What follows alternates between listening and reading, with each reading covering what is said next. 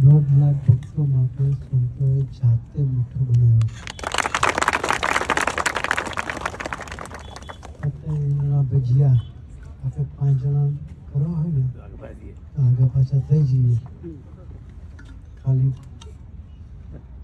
1.5 લાખ ભક્તોના પતંગ બનાવ્યા છે. એડવાન્સ આપણા માટે સંતો ભક્તો કર્યું. એનું જ ચિંતન, એનો જ વિચાર, કેમ કરીને સંતોની સેવા કરી, કેમ ભક્તોની સેવા કરી લઈએ. એક જ ઉમંગથી સંતો મળ્યા છે. મહિનાથી પ્લાનિંગ કરે છે.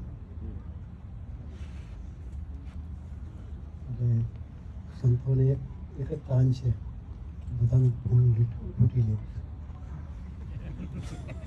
આપણે બધાએ તાન રાખવું છે કે આપણે પણ સેવા ભક્તિ કરીને આપણું પૂર્ણ જવા દેવું નથી.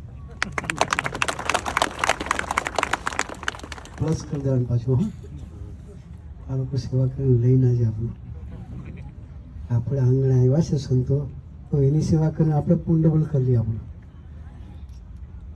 સંતો ભક્તો જે પ્રદેશથી આવશે, અલગ અલગ પ્રદેશોમાંથી આવશે. પ્રદેશના ખાલી 1500 ભક્તો છે. America, Canada, London, German, Paris બધેથી, ઓસ્ટ્રેલિયા, ન્યુઝીલેન્ડથી 1500 જેટલા ભક્તો ખાલી આઉટ ઓફ ઇન્ડિયાના છે. એ બધાની સેવા કરવી છે. આપણે અલગ અલગ પ્રદેશો છે, મુંબઈથી માંડી, પૂના, બેંગ્લોરથી માંડી, ગુજરાતના બધા જ, પોરબંદરથી વાપી તાપી સુધી બધા જ ભક્તો અહીં આવશે. એ બધાને આપણે ઉમંગથી સેવા ભક્તિ કરી લેવી છે.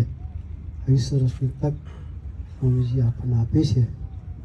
એ બધાનું પૂર્ણ લૂંટી ને આપણે ભરપૂર થઈ જવું છે.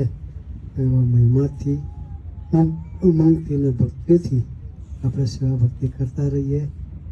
ભજન કરતાં કરતાં સેવા કરવી છે. કઈ રીતે?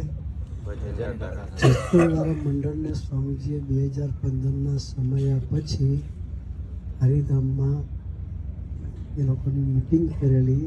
મિટિંગ કરીને ખાસ સ્વામીજીએ કહ્યું હતું કે હવે તમને એક લેસન મારે આપવું છે. આપણે સ્કૂલમાંથી હવે કોલેજમાં જવાનું. કોલેજનું લેસન મારે તમને આપવું છે. એમ કરીને સ્વામીજીએ વાત કરી.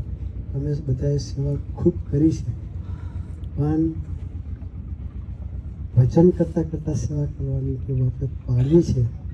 તો ભલે આખો દિવસ ભજન ના થાય, 4 કલાકની સેવામાં 15, 20, 25 મિનિટ બીજું ભજન થાય. કદાચ 5 મિનિટ ભજન થઈને ભૂલી ગયા, ફરી યાદ આવવાનું, ફરી ચાલુ કરવાનું. પણ ભજન કરતાં કરતાં સેવા કરીએ તો સ્વામીજી ખૂબ રાજી થઈ જાય. તો આપણે બધાએ એક જ ધ્યેયથી આપણે બધા બોલીએ છીએ, બસ એને રાજી કરવા છે. તો એને જે ગમે છે એ રીતે આપણે ખૂબ ભજન કરતાં કરતાં સેવા કરવી છે. મહિમાથી સેવા કરવી છે, દાસભાવે સેવા કરવી છે. એવી રીતે સેવા કરવા માટે આપણને સૌને ગુરુની ખૂબ ખૂબ બળ આપે. પ્રાર્થના સહેજાનો સેવા.